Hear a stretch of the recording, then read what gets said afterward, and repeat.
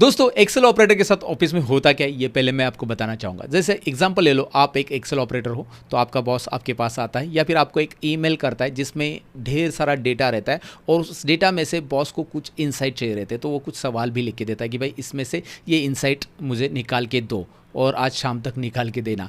तो अब आप बैठते हो और फॉर्मूला लॉजिक लगाना वहाँ पे सोचते रहते हो। जैसे एग्जांपल ले लो, उस डेटा में एम्प्लॉय के नाम है या फिर कस्टमर के नाम है, उनके बर्थ डेट है और बॉस ने कहा है कि एज वाइज एम्प्लॉय का काउंट बताओ। जैसे 45 के ऊपर कितने एम्प्लॉय है, मतलब 45 to 60 के बीच में कितने एम्प्लॉयज़ है या फिर कस्टमर है, या फिर 30 और 45 के बीच में कितने एम्प्लॉयज़ है। ऐसे आपको एक सवाल पूछा, ऐसे ढेर सारे आपको इनसाइट निकालने के लिए बोला है। तो आप हर एक इनसाइट के लिए अलग अलग फॉर्मूला लगाते बैठोगे तो आपका बहुत समय जाने वाला है, क्योंकि फॉर्मूला लगाओ, लॉजिक लगाओ, और कुछ लोगों को तो फॉर्मूला भी नहीं आते और कुछ लोग तो बिगिनर रहते तो उनको समझ में नहीं आता है करना क्या है भाई, इस इनसाइट को निकालने के लिए मैं कौन सा फॉर्मूला लगाऊं।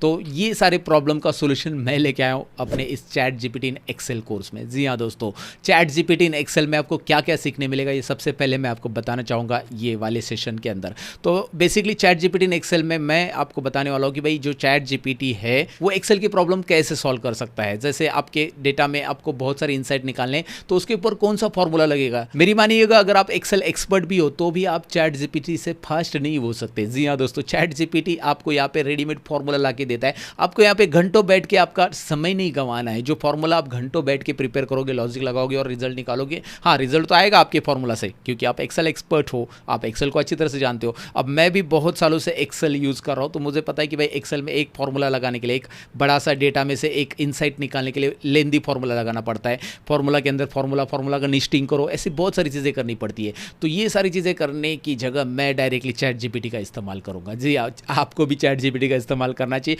बस आपको चैट जीपीटी को अच्छी तरह से सवाल पूछना आना चाहिए आपके डेटा के ऊपर। अगर आप डेटा के ऊपर प्रॉपर सवाल पूछना जानते हो तो भाई आप अपने इनसाइट को निकाल सकते हो, और यही इस कोर्स में होने वाला है। मैं चैट जीपीटी को अलग अलग सवाल पूछ के अलग अलग इनसाइट निकाल के दिखाने वाला प्रैक्टिकली कि भाई एक्सेल के डेटा के ऊपर चैट जीपीटी को हम सवाल कैसे पूछेंगे और वो जवाब कैसे देगा, आपका एग्जैक्ट फॉर्मूला आपको कैसे मिलेगा, किस तरह से सवाल प्रॉपरली लिखा जाता है। बिकॉज क्वेश्चन करेक्ट है तो रिजल्ट करेक्ट है, ये हमेशा याद रखो कि आपका सवाल बराबर है तो चैट जीपीटी आपको प्रॉपरली रिजल्ट जनरेट करके देने वाला है, क्योंकि ये जनरेटिव प्री ट्रेन ट्रांसफॉर्मर है, ये एआई टूल है। बेसिकली ये जनरेट करके देगा आपको आंसर जैसे आपके सवाल रहेंगे वैसे। तो आप तैयार हो चैट करने के लिए चैट जीपीटी के साथ? अगर तैयार हो तो शुरू करेंगे ये चैट जीपीटी का कोर्स। तो मैंने आपको बता दिया कि भाई आप बिगिनर हो तो ही इसे सीख लो। अगर आपका एक्सेल का काम आपको फास्ट करना है, आप एक्सपर्ट हो तो ही इसे आप सीख लो, क्योंकि आप अपना समय यहाँ पे बचा सकते हो। तो दोस्तों, चैट जीपीटी की वजह से बहुत सारे एम्प्लॉय की जॉब खतरे में आने वाली है। तो अगर आप ये खतरा टालना चाहते हो तो आप चैट जीपीटी को अभी से सीखना